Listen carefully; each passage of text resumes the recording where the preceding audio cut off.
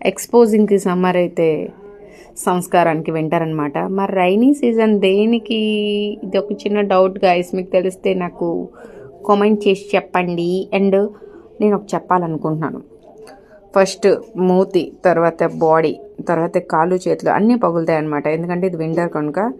So మనం బయటికి వెళ్ళేటప్పుడు ఇలా ఫుల్గా కవరప్ చేసుకొని వెళ్ళాలి. ఎందుకంటే ఖరగ్పూర్లో చలి నార్మల్గా ఉండదన్నమాట. వేసుకున్న బట్టలు మార్చుకోబుద్దేదు, మార్చుకున్న బట్టలు వేసుకోబుద్దేదు. చలి అయితే వణికిస్తుంటుంది అనమాట. చలికి తట్టుకోలేక చాలామంది కూడా చచ్చిపోతుంటారు. అది ఖరగ్పూర్లో వింటర్ స్పెషల్.